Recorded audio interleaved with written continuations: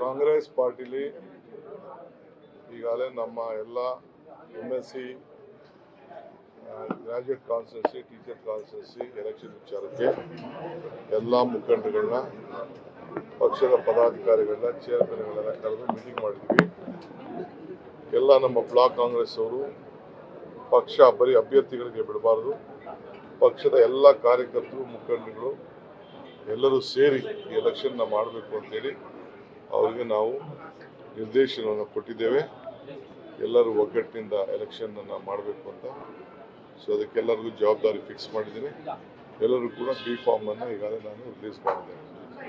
ಲೋಕಸಭಾ ಮಾದರಿಯಲ್ಲೇ ಎಲೆಕ್ಷನ್ ಮಾಡಕ್ಕೆ ಹೇಳಿದ್ದಾರೆ. ಖಂಡಿತ ಲೋಕಸಭಾ ಅಸೆಂಬ್ಲಿ ಹೆಂಗ್ ನಾವು ಮಾಡ್ತೀವಿ ಅದೇ ರೀತಿ ನೀವೆಲ್ಲ ಎಲೆಕ್ಷನ್ಸ್ ಮಾಡಬೇಕು ಅಂತ ಹೇಳಿ ನಾವು ತಿಳಿಸಿದ್ವಿ. ಸರ್, ಬಿಜೆಪಿ ಜೆಡಿಎಸ್ ಇಲ್ಲೂ ಮೈತ್ರಿ ಆಗಿದೆ. MLC ಚುನಾವಣೆಯಲ್ಲೂ ಬಿಜೆಪಿ ಜೆಡಿಎಸ್ ಮೈತ್ರಿ ಆಗಿದೆ. ಅವ್ರು ಪರ್ಮನೆಂಟೇ ಇಲ್ಲಿ ನಮಗೇನು ಅಭ್ಯರ್ಥ ಇಲ್ಲ. ಯಾರು ಫೋಟೋರ ಹಾಕೊಂಡು ಎಲೆಕ್ಷನ್ ಅವರು ಮೈತ್ರಿ ಎಲೆಕ್ಷನ್ ಅವ್ರು ಮಾಡ್ಕೊಳ್ಳಿ. ನಮ್ಗೆ ಅವ್ರ ಪಾರ್ಟಿಗೆ ನಮಗೆ ಸಂಬಂಧ ಇಲ್ಲ. ಅವ್ರು ಯಾರು ಬೇಕಾದ್ರೂ ಜೋಡಣೆ ಮಾಡ್ಕೊಳ್ಳಿ.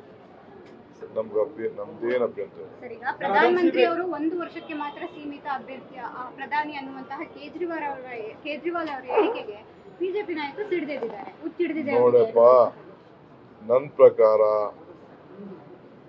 ಕಾಂಗ್ರೆಸ್ ಪಾರ್ಟಿ ಇಂಡಿಯಾ ಬರ್ತದೆ. ಯಾರು ಪ್ರಧಾನಮಂತ್ರಿ ಬಿಜೆಪಿಯವರು ಆಗಲಿಕ್ಕೆ ಚಾನ್ಸೇ ಇಲ್ಲ.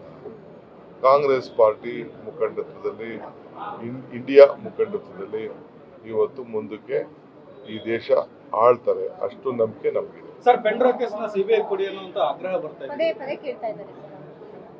ನಾನು ಎಷ್ಟು ದಿನ ಮಾತಾಡಲಿ ಆ ವಿಚಾರ, ಸದ್ಯಕ್ಕೆ ರೆಸ್ಟ್ ತಗೊಳ್ಳೋಣ. ಪ್ರಜ್ವಲ್ ರೇವಣ್ಣನೂ ಸಿಗ್ತಾ ಇಲ್ಲ ಸರ್. ನ್ಯೂಸ್ ಫಸ್ಟ್ ನಿರ್ಭೀತಿಯಿಂದ ನಿಮ್ಮ ಪರವಾಗಿ.